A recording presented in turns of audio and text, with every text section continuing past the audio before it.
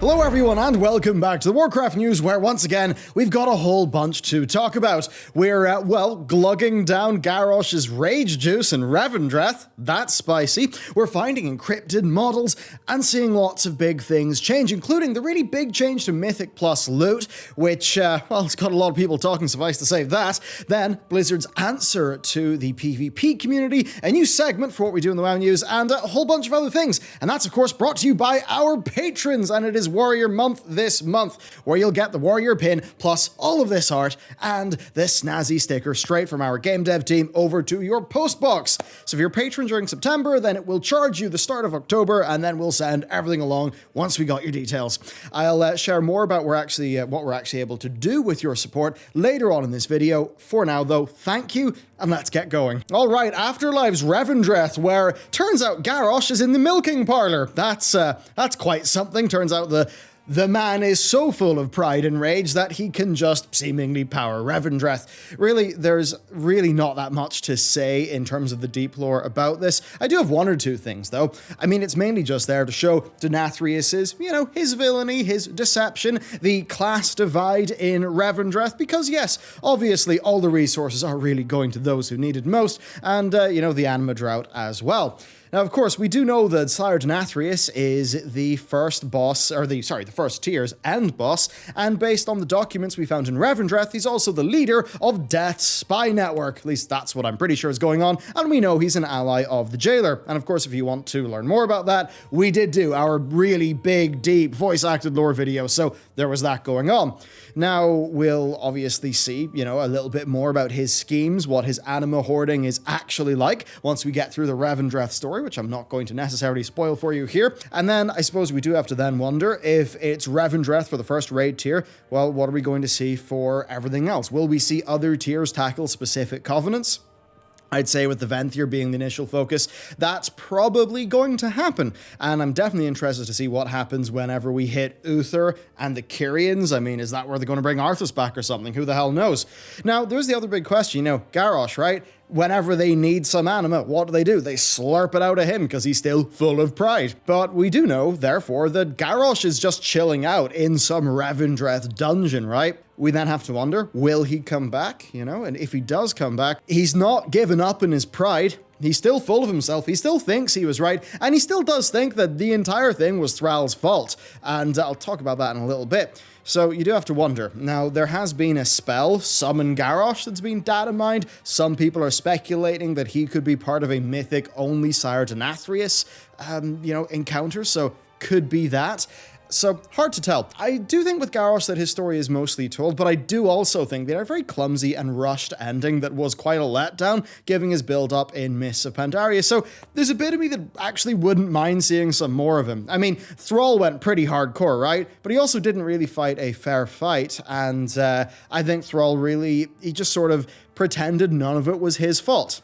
Now, yes, Garrosh's actions absolutely were his own, and Garrosh was, to put it rather mildly, a massive dickhead. But I do think that fundamentally Garrosh was Thrall's failed experiment. Like, if you know somebody is not of a temperament to succeed in a position, and then you put them in that position, and then it goes wrong, you have only yourself to blame for that because it's a failure of leadership. That's what happened with Thrall. Thrall can't just hide behind a whole bunch of things to just wash his hands of that. Thrall was a bad leader of the Horde in the very close run-up to Cataclysm. He made a terrible call with Garrosh. He basically did since Wrath of the Lich King. So Thrall messed all of that stuff up. It obviously went south, and what happened? I mean, Garrosh was showing all of these terrible things that do go against how Thrall wanted the Horde to be, yet Thrall basically did nothing and washed his hands of the situation for a very, very long time indeed. Now, we should also remember that a lot of that is what kicked off in the Cataclysm era of Thrall's writing, and guess what? That's where most sort of original Warcraft, like RTS, like Warcraft 3 players who like Thrall, that's where they started to get tired of Thrall and not particularly like where his story was going. So I'd say there's so much unfinished business there, and also Thrall is in the Shadowlands too, so maybe we'll see them meet up. Who knows? Also, right, Denathrius mentions old reliables. And this is old reliables in terms of people who are just so despicable, we haven't, purged their sin yet, and we can just get this anima out of them for ages. Garrosh was obviously one of those, but old reliables, that was plural. It does beg the question, who else is down there? Will there be any other characters who were, doomed into Revendreth who, we would have met, right, in life, who are down there now? Of course, we've killed quite a few villains in Warcraft, but we can't exactly say who it could be, but surely there's a situation where we could actually see more characters down there in Revendreth. So there you go. I think that's basically all there is to talk about with Afterlives Revendreth.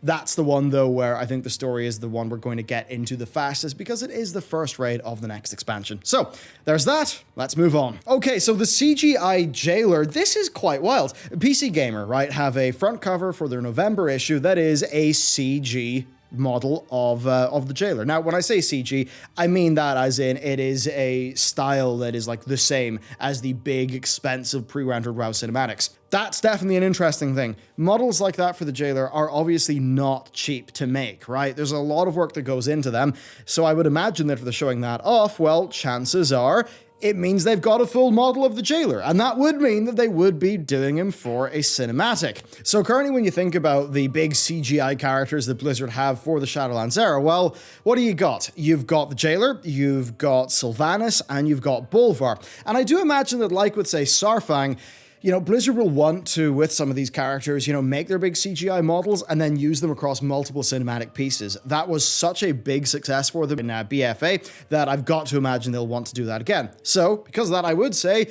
expect to see the Jailer on the big screen. And given how he seems to be a pretty big boy, I think that would be pretty exciting to see.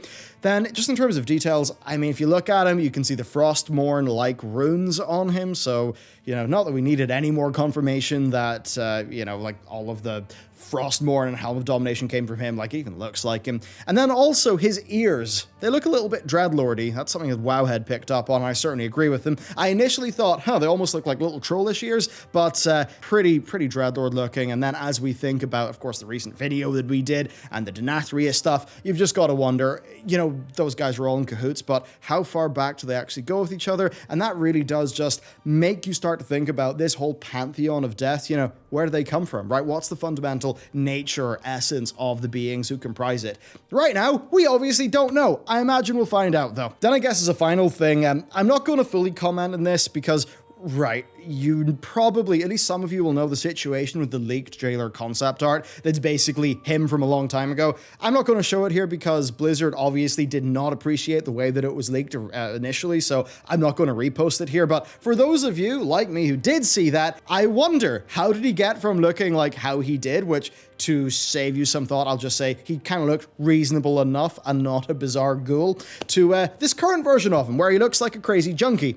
I wonder what that transformation is, and certainly it also does make me think, how did he get in the Maw? Who betrayed him? Why was he banished? Who are the first ones? What the hell is going on? Those are the big questions, and certainly if you're into the cosmic stuff, Shadowlands is pretty interested in answering them. Next up, we got some fun encryption that the data miners of WoW had picked up on, and that is that there are Anduin and Jailer models that have been data mined, right? They're data mined and they are encrypted. Now, as they pointed out, another example of an encrypted model was actually Saurfang, and it was purely because, well, that version of Saurfang had a death animation that obviously would have been a spoiler for the upcoming plot. So, yes, we know that there are these models, and what Wowhead points out, which I think is extremely interesting, is that the file size of the Prince Anduin model is quite a bit larger than the old one. So that's pretty major. Now, also, these do seem to be linked to a cutscene between the Jailer and Anduin in an earlier build. I think this is actually pretty big. It at least tells us that a major, like, lore-ish defining moment is going to happen between these two characters, and we do know that, like, the encryption would happen because of one of two reasons. Either something about how those models looks would be a spoiler, or one of the animations in those models would be a spoiler. So I think that's pretty major. Another thing is that the model is not for Anduin Rin, King, it is for Prince Anduin. Now, the increased file size does make a lot of sense if you look at the old Prince Anduin model, which, suffice to say, is pretty horrifying and old looking. So yes, who knows? Is current Anduin, like, subjected to time torture in the Maw? Who the hell knows, but it seems like something major will happen. And I've got to wonder, if we're going to be seeing major things about Anduin, will that be setting up his future struggles? I would imagine so. And then we have to think back to Shadows Rising, where, his sort of accidental, maybe, dabbling in void magic, like, in the book, that was pretty nasty. Now, if he's already having these weird conflicts going on, and then he has some real horrid experiences in the Shadowlands, you do have to wonder, would that make him turn a little bit more harsh than his sort of soft norm? Sort of tricky to say, but certainly interesting. Now, another thing is that Varian is, of course, knocking around the Shadowlands too. And we do know that because Varian died before the machinery of death had been broken. So when we then think about, Anduin as a character, he has a major confrontation with the jailer here. If you've seen the little sort of intro event, we do know that Sylvanas is at least having a bit of a chat with him, and there is a cinematic there that we've not seen yet. And he could meet his father again, right? There's a lot of real major things that could happen with Anduin, and that's something I'm going to be looking out for because, as you know, we've talked about what could be happening in a future Light expansion, and I think this stuff's going to help set that up. Next, let's hop over to game mechanics, where we have the Mythic plus loot change. This is, I think, a bit controversial. I also actually think it could be a good move from Blizzard, and I know a lot of people who think, wow, you're saying something good about Blizzard? Yeah, it can happen. Turns out, big surprise, I actually do like World of Warcraft quite a bit. So, Mythic Plus gear. Mythic Plus gear from your end of dungeon run, chest, whatever, that maxes out at item level 210 from a Mythic Plus 15. That is 3 item levels lower than Heroic rating. And that is pretty different from the past. For context, the Mythic plus 14 and 15 weekly chest gear is item level 226, and that is the same as most of the raid on Mythic difficulty, save the last 2 bosses. Overall here, it's pretty clear. The gear that you are able to get in a non-weekly cap basis from doing M plus content is lower all the time in terms of item level than Heroic rating. And I think that's pretty clear, right? Blizzard does not want you to be able to just grind out a full Heroic raid item level sort of worth set super quickly by just spamming loads of runs.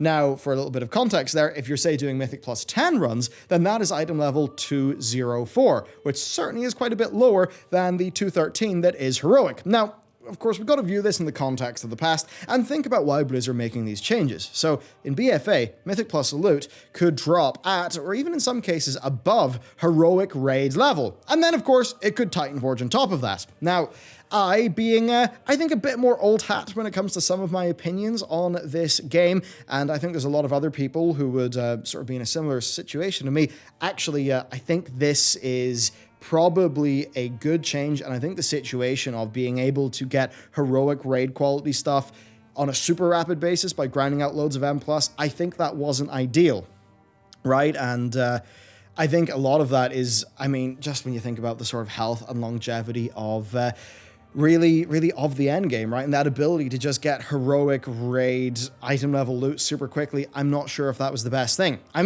Back in my day of basically Wrath of the Lich Kings, when I was properly playing with my brain screwed on, or head screwed on, gearing was a good bit slower. And the thing is that with Shadowlands, Blizzard are going back to a far, far more traditional system of gearing in World of Warcraft. Like, if you started playing in Legion, you are going to get whiplash at how, little gear actually drops in comparison. Now, the big difference there is that the gear that does drop is going to have a far higher likelihood of actually, working for you and being something that you want, instead of the sort of Legion and BFA style, which was a lot closer to, say, Diablo 3, where you're getting loads and loads and loads of gear and you're thinking about what will this gear proc with. So we're definitely going back to a sort of older, more traditional MMORPG way of the gear working. So we got to think about all of this stuff and the Mythic Plus gear change in the context of, I think, the long-term health of the game. So what does this do for the longevity of a tier? Well, it does mean that, and especially in the non-Titan Forging era, right? It does mean that, well, what can you have? You can have an honest-to-God list of base gear. It's probably going to come from a raid. Now, you've got a situation where you've got that happening. You've also got the fact that raiding is organizationally a bit harder. It's got a higher time commitment. So you've got to think, if we're going for this sort of mode of gearing where you're getting less gear, the gear that you do get matters, surely that's a situation where, you can have your base set from raiding, and that's something you'll want to slowly move towards. And surely in that case, it doesn't really make much sense if you can just grind out similar sort of quality of gear by just super quickly blasting through a whole bunch of Mythic Plus, right? Now, I also understand that I'm saying this as somebody who is primarily interested in raiding. I will do some weekly Mythic Plus in Shadowlands, yes, but raiding is my primary interest. So this is something that in the grand balance of things is sort of good for the type of gameplay that I'm doing. And I should also sort of acknowledge that with the advent of the Mythic Plus system, Blizzard created a new niche of gameplay. And that meant that a whole bunch of 5-people teams, M plus was their thing, not raiding. So for those people, yes, I think they will be, relatively speaking, a little bit weaker. Now, they are still, I think, going to benefit because what did those people have? Well, they had the weekly disappointment box. So yes, you're going to be getting not as good gear, relatively speaking, from your end of run chest, but at least you will get more chances of your weekly chest actually giving you something that you want. So I think that sort of overall, in balance, this is better for the state of loot. I think it's going to mean that, you know, each tier will last longer in a way that actually promotes the meaning of your actions, because instead of just being able to get super far by doing a whole bunch of repetitious content and then hoping on the big Titan Forges, I think instead it's going to be more slow and steady and purposeful and sort of directed by you, because the game systems are more transparent and you can self-set goals. That's basically what I think there, but I will say, if you're an M+ player, it's the only thing you do, you don't feel great about this change. While I do think it is a more healthy way for the game to be, I also totally understand why it's going to feel a bit worse for you. Because in some ways, yes it is, but hey, at least your weekly chest isn't going to more likely than not drive you completely mad. Okay, next, we've got a similar topic, and it is one about the health of the game, and that is item level inflation. This is something that, again, is kind of a bit more of a traditional talking point, I guess, and I think it's something that's also about the health of the game. So, Mythic Castle Nathria is item level 226. That's kind of around like the Ulduar sort of 25 or what, like 10 heroic sort of level of gear, which is a little bit nostalgic. Though, of course, for Nathria, the final 2 bosses do drop gear a bit higher at item level 233. But of course, that's only 2 bosses, so it will cover limited slots. More to my point, though, inflation is actually going down in Shadowlands. Item level inflation, right? The amount of item levels that are sort of the game is incremented by with each new patch or season of gear. And I think that's something that could be quite interesting and could potentially be quite good for the health of the expansion, and I think some aspects of the player experience. So in BFA, raid item levels increase by 15 for each subsequent difficulty mode, and then of course your gear could Titan Forge up to 10 item levels above the Mythic raid difficulty of loot. Now in Shadowlands there is no Titan Forging, and instead it's increasing by 13 between difficulty. So there's that. Then with Mythic Plus, I believe it's every 3, you get 3 item levels per difficulty level increment in M+, and that is down from, of course, it going up by 5.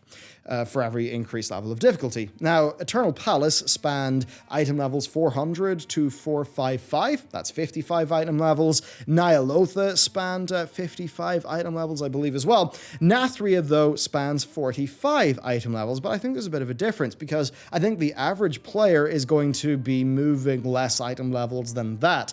I think that's because you're progressing up those item levels a bit more slowly, in a more meaningful way, because there is no Titan Forging.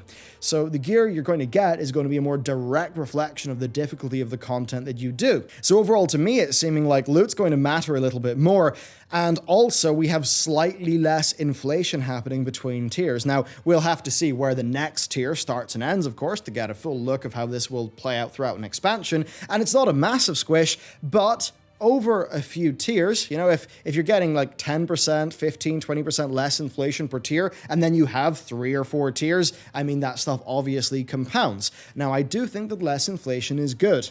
And yes, that does mean that I think a smaller power jump between tiers would be fine. I actually think that's healthy for the longevity of gameplay and balance. I was kind of fine with how it worked in like Kata and Wrath and stuff like that, and I think that stuff started to get out of hand when Titan Forging actually came in. I would say perhaps perhaps a player who is, is a tier behind shouldn't be as absurdly weaker than a current player as they are now. I think that would be good for actually ratcheting up how much of your throughput comes from skill. I think that would be another good thing.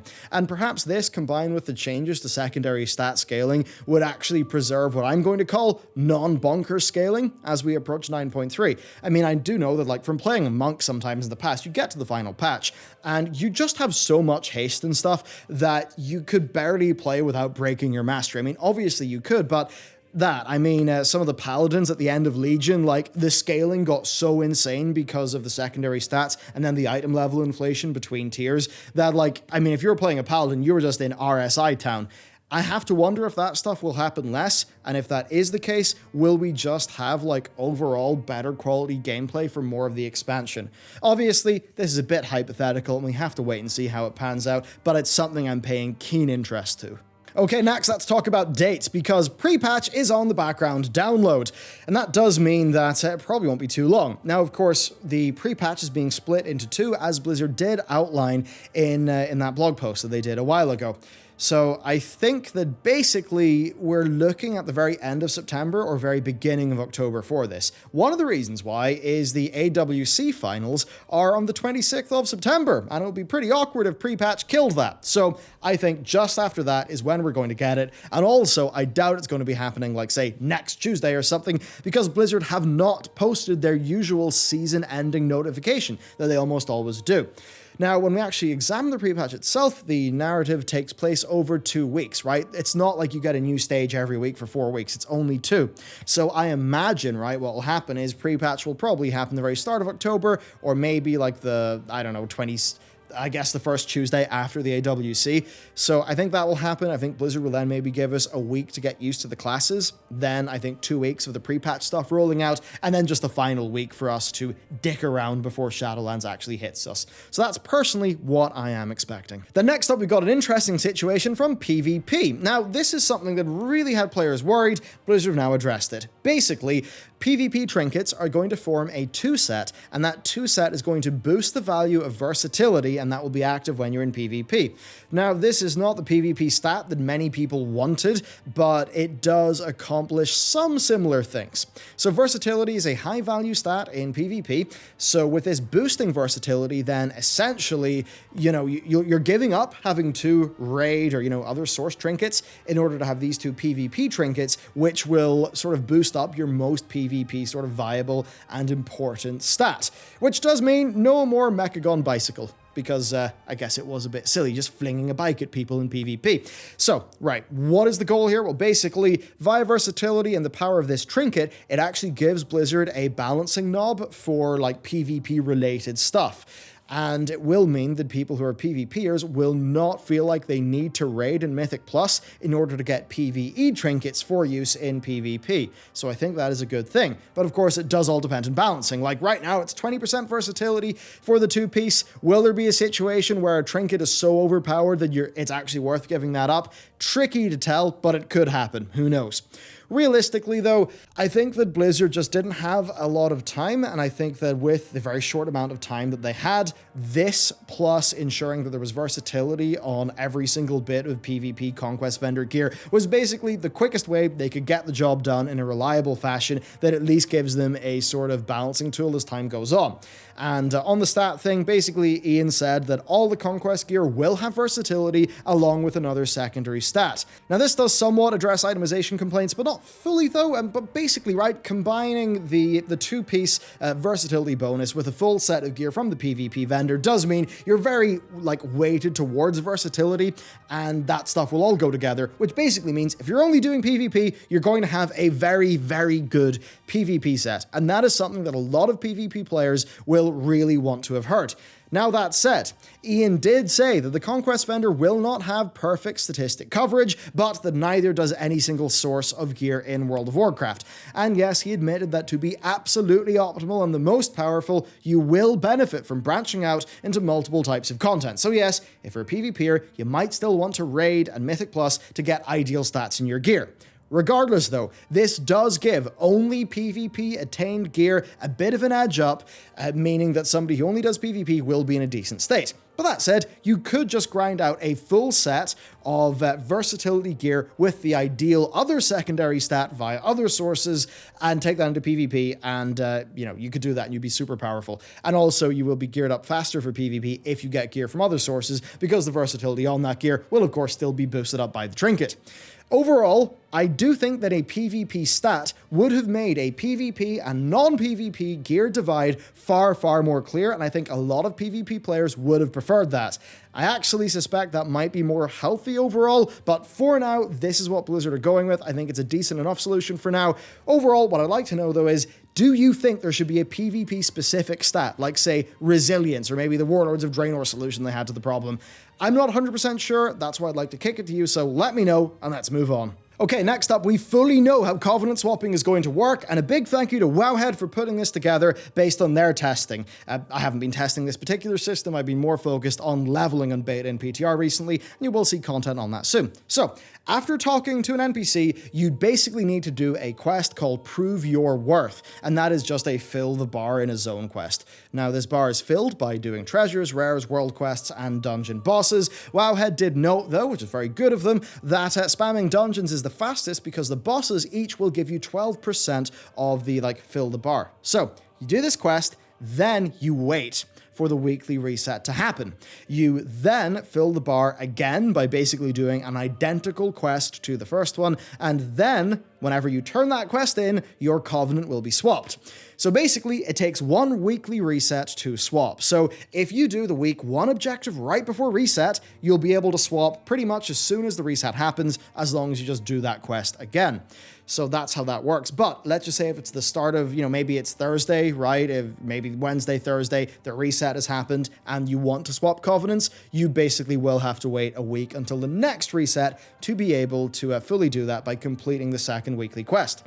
So basically, right, it's 1 week to swap Covenants, and you also have a 1 week cooldown for each one of your soul binds. And yes, the soul bind cooldown, I'm very aware of that. There has been no updates from Blizzard yet. I really hope they change that. Basically, though, that's what we're dealing with. Now, of course, this is a rather gameable thing. You can, I guess, keep the final completed quest in your log and kind of just use that whenever you want. That's a bit gameable. I assume that some Mythic players will be doing that if they really feel that a boss warrants it. But overall, yes, it will take you 1 weekly reset to swap your Covenant. That is the main bit of news here. Then next up, we got a new segment because we actually make so much content that, especially with how YouTube works these days, where it's all driven by the homepage and recommendations, you probably don't know, how many things we've made. Leave a comment below. How many videos do you think we've made this calendar week? So, okay, to catch you up on the WoW channel, we have our big Dreadlord lore video. It's our highest effort video yet, and it's one that covers, I think we're one of the few that really covered it from an ancient history perspective. It really is what I think is going on there. And for those who are asking about the voice acting in that video, that was Thomas, who is my co-director in the game studio. And yes, they are working on some very, very cool and, some frosty and maybe science fiction-y things. So pretty hype there. And another good thing in that video is we had, John on board to cover some other edits. That meant that Nikki could spend longer editing that video, which is why it was really long and really in-depth with the edit. We're really happy with the feedback in that one. Loads of people were saying it was their favorite video that we'd ever done. So, yes. Thank you. It really did make the team happy, and expect to see more things along those lines in the future. Also, ways to prepare for Shadowlands. That's the other WoW video we did this week, and that should be a handy one just for, if you've really got that WoW playing itch and you want to know what to do about it. Then also, we've got our big Torghast video. It's been up. We just need to do a few things before it actually goes up on the channel. It's been up on Patreon for a bit, but that's the culmination of 2 weeks of work. Solid work from Matt. It goes deep into all aspects of that system and why both of us are extremely excited and actually quite impressed with how Blizzard have been able to actually bring that together. So that is the Warcraft update. However, we've got our other channel too. Some of the videos we've done there include covering the Xbox pricing and basically the reveal of the different versions and how the Series S might invoke the poor man's shoes problem in terms of you paying more money for games and actually probably needing expandable storage, which will, over the cost of lifetime ownership, be a little bit tricky. And speaking of that, we also did our video just kind of giving the info we think people really need to know about the PS5. The digital edition, we do believe, is a trap, where the digital edition might be cheaper, but we do think it will have a higher lifetime cost of ownership, especially with the increase in game prices, which, by the way, if you're in the Eurozone, ouch, and especially if you're in a European country that, is one of the ones that maybe experiences the downside of a single currency being applied to loads of different economies where, it's like €1 will do one thing in France, maybe another thing in an Eastern European country, and that's all a little bit challenging. Well, certainly those Euro game prices are wild. I mean, hey, $80 for a new game, that's pretty expensive. Also, we've got content covering Nvidia's purchasing of ARM, the biggest deal of its kind in history. We've got Ubisoft's dirty laundry, which never seems to end at this stage. And also, Tony Hawk, right? The new Tony Hawk, which seems to be a perfect game from Activision Blizzard, which we were really impressed by. And then also Apple versus Epic, because yes, yet more has happened. Then also over on Patreon, we've had the daily briefings of the game industry news happening, and also the most early access content we've ever had, and a lot of that is thanks to our team increases. And speaking of that, yes, I did say I'd talk more about what the Patreon support allows us to do. One of those things is team, right? We've hired 2 more people. We have 1 more editor, John, who's working on World of Warcraft. We've also got Rory, who is leading the marketing side of things. So that's titles and thumbnails and social media and a whole bunch of that. And overall, what that actually means is we're more able to do content, Those times where I'm spending loads of time myself doing thumbnails and titles and stuff, eventually that's going to be someone else. And that means we'll be a more efficient, better designed operation, and we'll be able to get more content out to you guys. And trust me, you probably haven't seen it yet in the channel. Internally, we're seeing great benefits from this, and I'm confident that because of the changes we've made, we're going to have our strongest lineup of pre-batch content, launch content, and then there are multiple series with different styles, like totally new types of videos that we're concepting right now that we plan to do after the Shadowlands rush. And I think some of that stuff you're going to be really excited by. So there's a lot of stuff going on. That's what's been going on with us this week. And with that said, let's just quickly round things up with a little bit of quickfire for some smaller World of Warcraft topics. So, engineering battle res. It's been data mined. A lot of people thought that it was going away with this expansion. It did seem that way, but no, you will be able to get your engineering-based battle res. Now, for a lot of Mythic Plus players, this is important because it will basically free up their compositions a bit. So, I think probably a good move on balance from Blizz.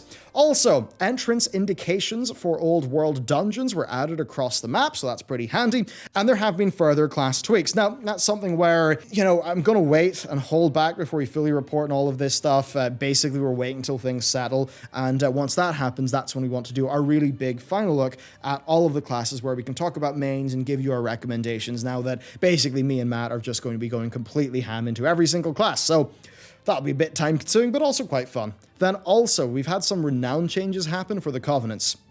They're pretty good. So the final Soulbind and end of campaign, that is at renown level 21, I believe, for everyone now. And you get about 2 renown levels per week, I believe, so that should be about 10 weeks in. Blizzard have also standardized the Soulbind row unlocks for Covenants in terms of renown levels, and that basically ensures some parity. It means that, Covenant A is not going to get more tiers of its Soulbinds faster than Covenant B, and that's pretty good for the weekly balance. Now, that said, I believe there are some Soulbinds that, if you want to rush 3 potency slots pretty quickly in your conduits, then I do think that some are technically better than others. But that's the sort of thing where, I think that's only going to matter to the most hardcore players, and we've still got to wait and see how the final balancing sort of rests there. But overall, I think what I'm beginning to understand from this system is, you're basically going to get some sort of new goodie for your Covenant every week with your renown gains. And I think for a lot of people, that's going to be very motivating, especially if they do have multiple alts. Then finally, let's just talk a bit about time, because they have, 6 weeks? I mean, yeah, I think it's just under 6 weeks till Shadowlands is with us. And I mean, look, Blizzard can't finish the game on Monday night and release it on Tuesday. I imagine there's got to be a week, a final validation, etc. for the launch build. And that kind of means that they've got a lot to do and not much time to actually do it. And that does kind of suck. But you know, in fairness, I do commend them for their efforts. They do seem to be giving it as good a shot as they can.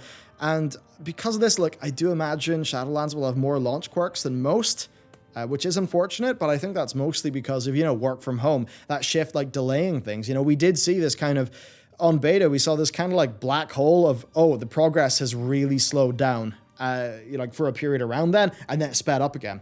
Now, if you've been watching our other channel, which is covering, you know, the sort of day-to-day game industry news, well, you'll know then that many games have been delayed this year, and much of the reasoning just comes down to work from home and not trying to rush and half-kill teams to get things out. Shadowlands is a game where it's not being delayed. It's like one of the few games that's probably going to stick to its date like really well. And that's just a fixed launch date, I assume, from Activision Blizzard, and it just seems like the WoW team have just got to do their best with what they've got. And as much as none of us want crunch, I mean, I imagine it's going to be a crunchy month for the team over in Irvine to actually get this one to the finish. I sincerely hope that compensation reflects any increased efforts from the team, and I very much hope that extends to QA and customer service staff who, you know what, people often don't count them as developers. I really disagree with that. I think that that stuff is an extremely important part of game development. We've got to take game development in a very broad sense, really, to actually sort of capture what's really going on in these large organizations. And you know what, QA and CS staff very often are underpaid. They get the short end of the stick. And when it comes to an expansion launch, I mean, after it's out of the developers' hands, it is like on their shoulders, and I imagine it's just going to be a rough time. So that's what's up there. I do think that if Shadowlands had a few more months, it would launch in a better state, and maybe we'd see some things that look differently. But ultimately, I just think that that's a date it's just not going to shift. I think it's really important for Activision Blizzard to have this game come out in that part of that quarter of the year, and then to have, say, Naxxramas come out, you know, however many months after that, so that their quarterly stuff from the WoW product is always in a good state. It's just, you know, you do think about what's going to be on the shoulders of that team, and, you know, you just kind of think of like the human cost of actually crunching to get this thing out when they have to. So anyway, I wish the team luck and health and safety and all of those things. And if they are going above and beyond, I certainly bloody well hope that their bonuses are going to be reflecting that. Anyway, that's basically it for today's video. Tell you what, though, we got some fun things on the horizon. We got Torghast, we got our leveling guide for pre-patch, and all those things. So you know what, we're in that sort of dry spot. It's now coming out of the dry spot. There'll be things to do in World of Warcraft again, finally. And I'm pretty damn excited to just get stuck in, you know? The glass shattered for me so quickly in BFA, I tried to play it to like 8.1, and it was really hard. Then 8.3 came out, I went in, I got frustrated by some of the systems, but I did have a blast getting Curve, and now that there's an expansion that I think is going to, in terms of my own personal gameplay, dick with me a bit less than BFA, I just want to know life. So yes, I cannot wait to get everybody into the office, of course, assuming that is a safe thing to do, and do the big LAN. So one of the things we're actually doing in the office is we're working out all of our social bubbles and things to see if it is going to be possible, depending on any, of course, local restrictions and things like that, to do some sort of old school, hopefully not 2007 South Park Make Love Not Warcraft tier LAN party to really get Shadowlands kicked off with a good start. Anyway, that's it for me. Thank you for watching, and I'll see you next time.